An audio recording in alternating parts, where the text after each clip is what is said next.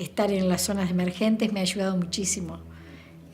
Quizás a ser mejor enfermera. Muchas veces los médicos te decían, tengan cuidado, chicas, que el paciente tiene HIV. Que por ahí si uno se pone a pensar no iría directamente a trabajar con todos esos factores de riesgo en contra. Se comenta que había muy pocos barbijos un fin de semana y ella se quedó sin barbijo, dándole a los compañeros.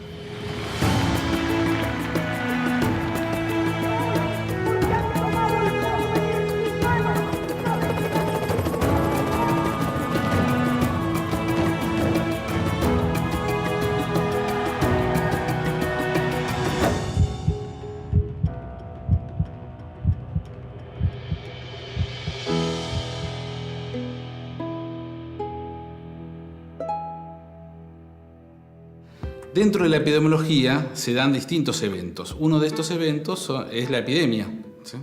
Y la epidemia puede tener distintas características. Puede ser un brote, puede ser una endemia o una pandemia. El brote lo podríamos relacionar con los primeros casos que hay de una enfermedad no esperada. La epidemia es cuando estos primeros casos nuevos, llamado incidencia, aumenta su cantidad a niveles poblacionales. Esta epidemia, si se localiza en un determinado lugar a lo largo de un determinado tiempo, se dice que estamos en presencia de una endemia, ¿sí? Y cuando esta epidemia extravasa las fronteras, se dice que estamos en presencia de una pandemia. Cuando estaba estudiando, ya en casi segundo o tercer año, ingresaron pacientes, los primeros pacientes en el hospital. Primero se llevaron a los homosexuales. Pero yo no me preocupé, porque yo no era homosexual. Después se llevaron a los drogadictos. Pero yo no me preocupé, porque yo no era drogadicta. Luego siguieron los hemofílicos, pero yo no me preocupé, porque yo no era hemofílica. Ahora ya es tarde. Están golpeando a mi puerta. Frente a la epidemia del SIDA, muchos enfermeros, digamos, aceptaron por ahí la necesidad de atender a estos pacientes, pero en el resto de la gente generaba mucho temor, mucho miedo y mucha estigmatización por el paciente con SIDA. Si Martín tuviera SIDA, con un... Pero mira si Martín va a tener SIDA. ¿Viste la foto? Sí. Pero ya sé que no tiene SIDA. Pero si tuviera, con un beso, ¿me puedo contagiar? No. ¿Sabés que no sé? Estigmatizaciones que generalmente surgen por ignorancia, por no tener un conocimiento total de las formas de contagio. No querían hablarlo de dónde estaba el paciente y se llevaban a las habitaciones de aislamiento. Y nosotras, las estudiantes, las nurses, no podíamos tocar a los pacientes. Los primeros casos atendidos en los hospitales en general eran bastante rechazados. Gente que no quería trabajar, gente que renunciaba porque tenía miedo al contagio. Ese desconocimiento también hizo de que el personal de enfermería trabajara con más miedo. La prevención del cólera está al alcance de todos. Lávese frecuentemente las manos con agua segura y jabón. Al cólera, entre todos, podemos derrotarlo. Yo trabajaba en el hospital Hilda Escobar y cuando surgió la epidemia de cólera hubo la necesidad de asistir a las zonas emergentes y a mí me correspondió con una comisión a Altos de la Sierra, Salta. Así que, bueno, en ese momento el expresidente de la Nación puso su avión, así que uno de los aviones Tango ofició de vehículo para este programa de prevención de cólera. Descendimos en Salta, yo llevé una filmadora como para poder filmar, digamos, los factores de riesgo que habría en la zona. Buenos días, aquí el equipo de filmación del Hospital Manuel Belgrano se encuentra en Salta, a unos 16 kilómetros de Tartagal. Aquí nos encontramos con la enfermera Aroma Petzel y la enfermera Estela María Albarracín de Almirón. Bueno, en este momento se está proveyendo al equipo de medicamentos, antibióticos, sueros y toda clase de material descartable. Vamos a tratar de hacer un rastrillaje de la zona y conocernos, aprender mucho de estos hermanos nuestros y bueno, y tratar de dejar algo también desde este punto de vista de la prevención, ¿no? Por lo tanto, las comisiones estaban integradas por equipos de salud casi completos, médicos, enfermeros, psicólogos, etc. Y nos fuimos en helicóptero hasta 30 kilómetros en una zona de impenetrable, a 30 kilómetros donde se dio el primer caso, que fue en Santa Victoria Este, ¿sí? Donde fuimos nosotros, el bosque impenetrable se llama Alto de la Sierra.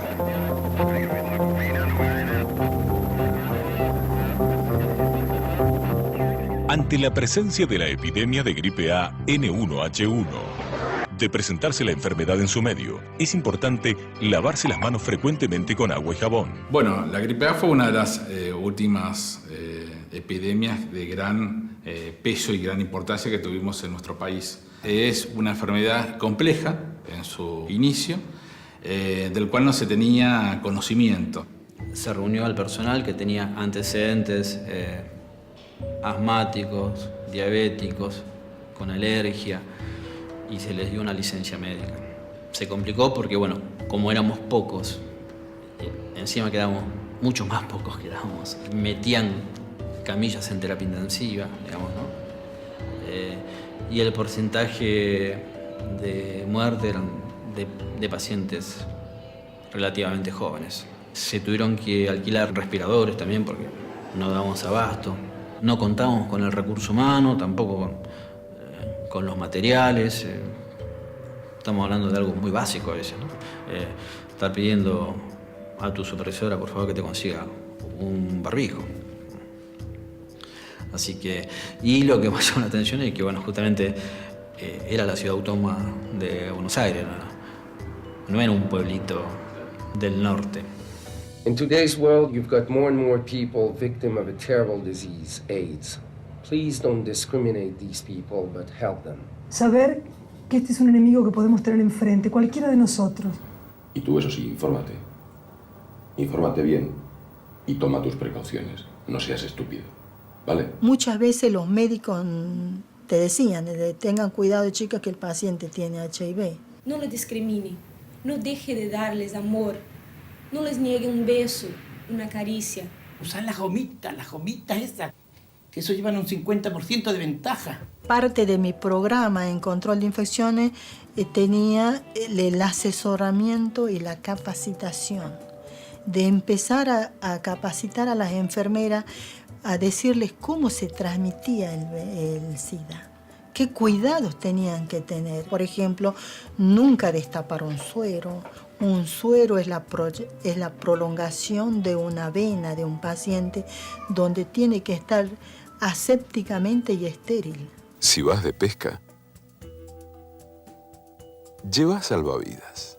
Con el tiempo y a través de estrategias de trabajo interdisciplinario, trabajo entre servicios, difusión de cuáles son las medidas de prevención, de la compra de elementos destinados a la prevención en la atención del paciente, los profesionales y no profesionales fueron cambiando su conducta al respecto. Y sobre todo en las salas de parto, porque ya habían casos de HIV en las mamás. Ese líquido amniótico que puede salpicar. Entonces, eso se empezó a exigir de que el personal que entra en riesgo de alguna salpicadura, corte o punción debería utilizar estas barreras de protección. Los profesionales que no eran enfermeros son los que principalmente se resistían a este cambio, ¿sí? En cambio los enfermeros no. Y exigir a nuestros directores, a nuestros jefes, la utilización sí o sí del descartador de agujas como elemento básico para que ellas evitaran esa lesión laboral. Se ve una casa típica, hecha de paja. Por supuesto que hay hacinamiento, porque son pequeñas y hay muchas personas para vivir. Y acá está Guillermo Domínguez sacando agua.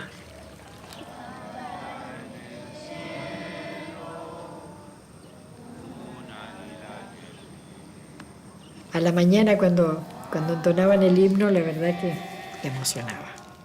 Dentro de la enfermería, lo que se ve es que la enfermería tiene mucho de formación en salud y mucho de formación social.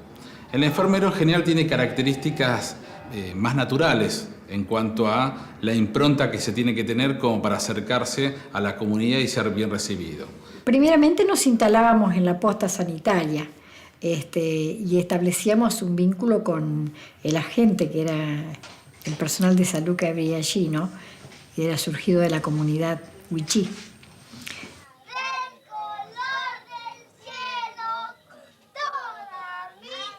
¿Cuáles son las necesidades prioritarias? Claro, las prioritarias, porque si habláramos de la general necesitaríamos una escuela nueva, ¿no? Porque esta pertenece al tipo de escuela rancho, terminada en la provincia, con piso de tierra, paredes de adobe y techo de yuyo y tierra. En realidad lo que más es urgente en estos momentos es la potabilización del agua y que tengamos acá en la escuela un depósito de agua potable, ¿no? Que podamos contar con eso, ya que el agua que toman los chicos, con la que se preparan los alimentos, es de una laguna. Por supuesto que nosotros la potabilizamos con lavandina, con cloro o con un sobre de granulado llamado PIAM. Encontramos muchos enfermos con gravedad de cólera, ¿no? El síntoma evidente es una diarrea tipo agua de arroz, ¿no? Y con mucha frecuencia. Por supuesto que acá esto se manda a analizar, se ve si es el vibrio en cholera y cuál es la cepa. Bueno, allá en realidad la diarrea la visualizábamos y además como la persona hasta tenía dolores muy agudos, ¿verdad? Uno ya sabía que estaba en presencia del cólera.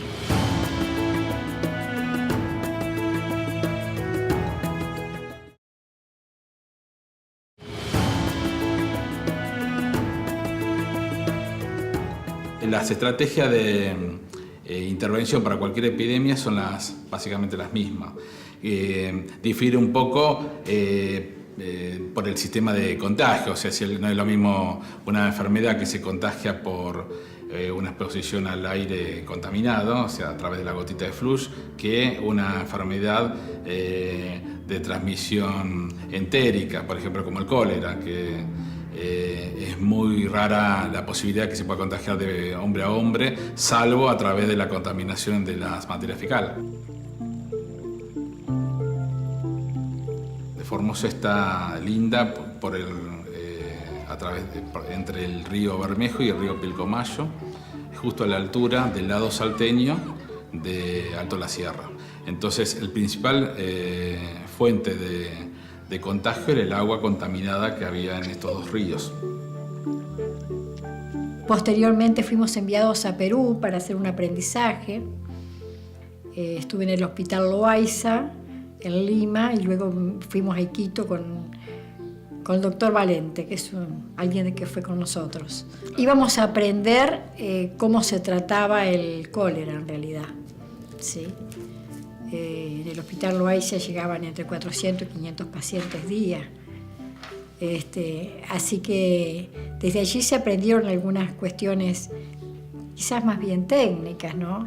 Del tratamiento, que en realidad es simple, pero que al principio, bueno, se habían cometido muchos errores, tal vez por esto de no conocer, ¿verdad? O sea, no morían por la bacteria, por el vibrión colérico, morían por la deshidratación. De hecho, el primer tratamiento no es aplicar el antibiótico, sino es hidratarlo al paciente. Porque hay un desequilibrio hidroelectrolítico y en consecuencia la situación es grave y la persona puede morir. Usábamos, por ejemplo, la teatralización de manera de mostrar una secuencia frente a alguien que está jugando sencillamente, y que frente a cada situación hay que lavarse las manos, ¿no? Por este círculo oral-anal, que va a producir también el contagio.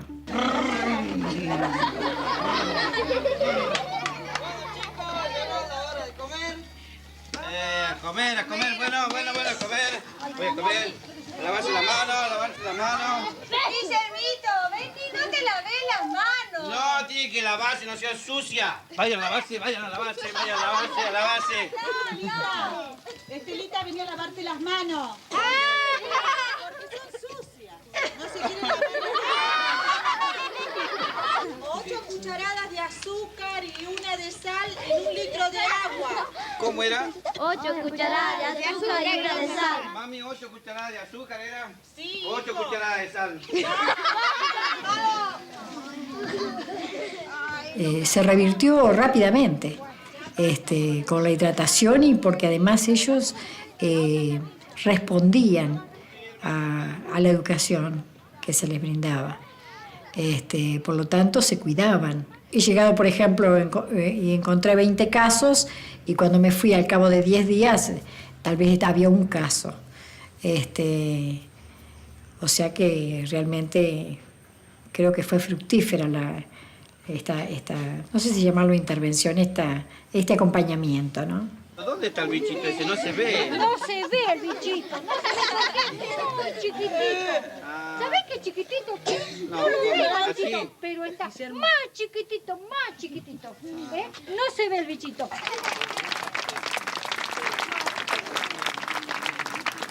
Íbamos por el cólera, pero hacíamos muchas actividades. Y en esa atención del parto, quien me iluminaba con una linterna era la psicóloga que nos había acompañado. Por un lado, poner en marcha los sistemas que establece para este tipo de epidemias la reglamentación en la Argentina, poner en marcha un comité y una unidad que va a hacer un seguimiento permanente. Y miedo había porque, como en todas las epidemias no conocidas, porque no saben cómo es el medio de contagio. De hecho, algunas enfermeras han tenido gripe A y algunos otros profesionales de la salud en su intención de poder ayudarlo y al desconocer cómo eran los mecanismos de contagio en una primera etapa, repito, se terminan contagiando. Sí, Patricia tenía 41 años aproximadamente, era supervisora del turno noche. Un fin de semana empezó con cefalea, con tos seca. Al otro día nos enteramos que Patricia estaba internada, que había entrado en muy mal estado, con dificultad respiratoria, con una mala placa de tórax. Y a la tarde, creo, noche, la tienen que ventilar, justamente, ¿no? Porque el cuadro había empeorado, justamente, ¿no? Y al otro día, creo que entre el lunes y martes, el martes nos comentan que había fallecido. Según los médicos que le habían atendido, ellos decían que presentaba todo el cuadro clínico de la gripe H1N1, ¿no? Así que pero para la dirección del hospital tenía ciertas dudas. No sé, nunca ellos aceptaron que Patricia había muerto de H1N1. Pero como en todos los lugares hay situaciones heroicas y situaciones de gran compromiso humano y gran compromiso social que va más allá del comprendimiento, de la comprensión racional que podemos llegar a tener, porque por ahí si uno se pone a pensar no iría directamente a trabajar con todos esos factores de riesgo en contra. Se comenta que había muy pocos barbijos un fin de semana y ella se quedó sin barbijo, dándole a los compañeros, ¿viste? Y había pocos camisolines y todo, entonces pero después de la muerte de ella y cuando vino un medio a entrevistarnos, aparecieron de la noche a la mañana, así que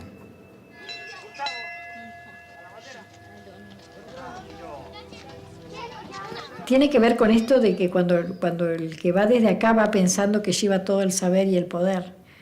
Y ahí entonces ellos ponen, digamos, distancia, ¿verdad? Pero si no, si uno va con humildad, puede integrarse perfectamente.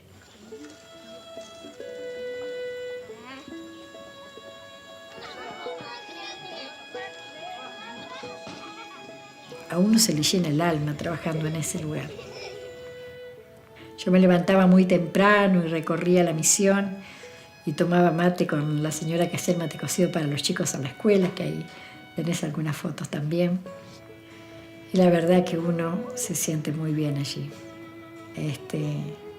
Pero después, también cuando pasan los años, uno se da cuenta que en realidad, es decir, se suma el sentimiento de impotencia, porque no es tanto lo que se puede hacer, ¿no?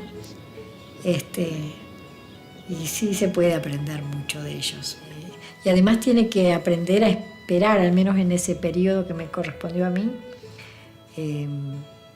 porque por ahí uno pregunta algo y demoran ellos en responder, y nosotros somos bastante acelerados, digamos. Entonces esto también aprendí. Es decir, no me enseñaron los años de terapia lo que me enseñaron los wichí.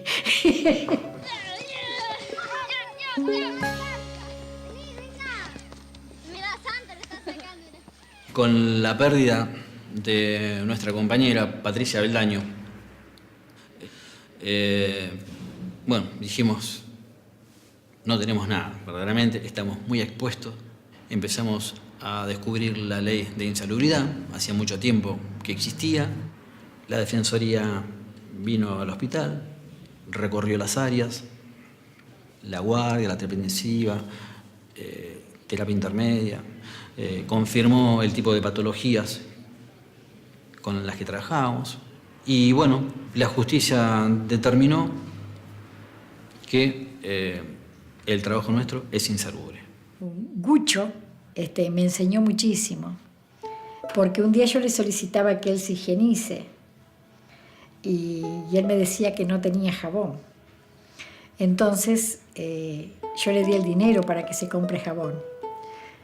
Y él se fue al almacén del lugar y lo vi pasar con algo blanco en la mano. Entonces pensé que se había comprado jabón. Vuelve al otro día en la misma situación. Entonces digo, ¿qué pasó? Que no se había higienizado. Y me decía, no tengo plata. Yo, pues, te di la plata. Compré azúcar, me dijo. Entonces aprendí a leer con la verdadera realidad esto de que nosotros creemos en, es decir, decirle al otro cuáles son las necesidades, ¿no?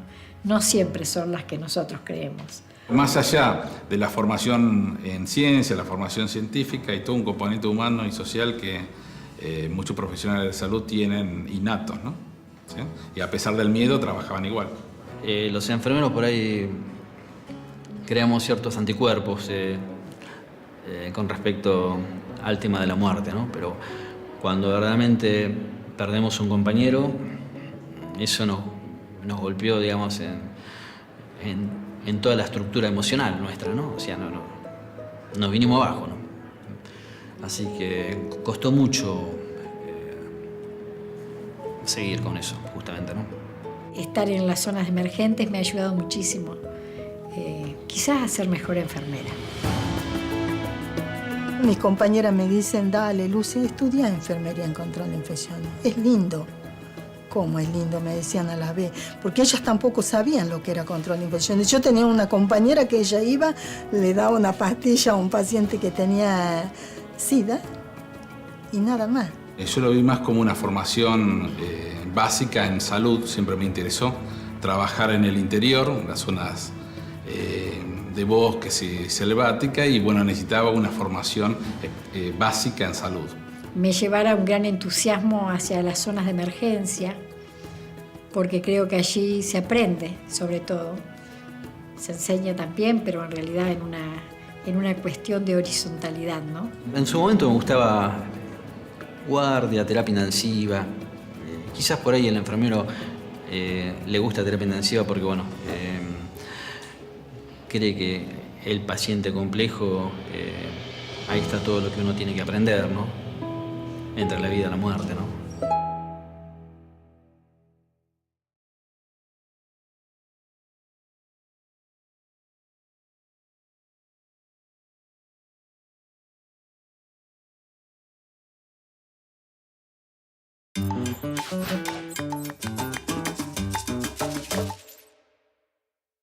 Disponible también en cda.gov.ar.